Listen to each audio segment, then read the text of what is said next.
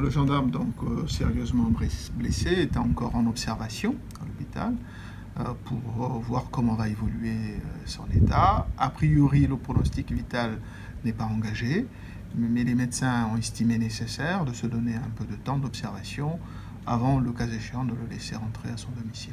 Et aujourd'hui, on sait exactement ce qui s'est passé dans cette nuit-là. Alors, nous avons des présomptions, nous avons des éléments qui nous permettent de savoir à peu près ce qui s'est passé, mais la procédure n'est pas clôturée, puisque depuis hier, une information judiciaire a été ouverte. Les personnes ont été placées en détention. À l'heure où je vous parle, les personnes sont au centre pénitentiaire de Majicavo. On sait, en tout cas dans les éléments dont nous disposons, qu'il y a des faits de tentative d'homicide, donc on a poursuivi pour tentative de meurtre contre l'un des mis en cause. On a poursuivi pour vol aggravé. Et puis, on a ouvert aussi contre X pour des violences aggravées. Ce qui laisse penser qu'il y a peut-être d'autres personnes qui pourront être interpellées et mises en cause pour au moins les faits de violence qui ont été poursuivis.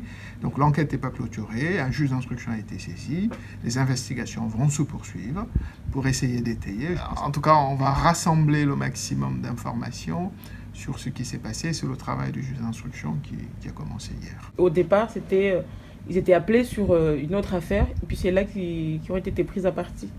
Alors, tout ceci va être étayé par l'instruction. Ce que l'on sait effectivement, c'est que les gendarmes qui sont intervenus en flagrance, c'est aussi le rôle d'un gendarme.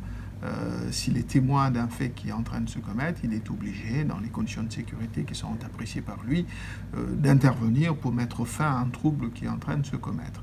Bon, les investigations qui sont lancées permettront effectivement d'étayer de façon précise ce qui a pu se passer pour qu'on en arrive à cette extrémité. L'inculpation pour tentative de meurtre sur un agent dépositaire de la force publique, oui, c'est ça. On risque combien pour la ça? perpétuité.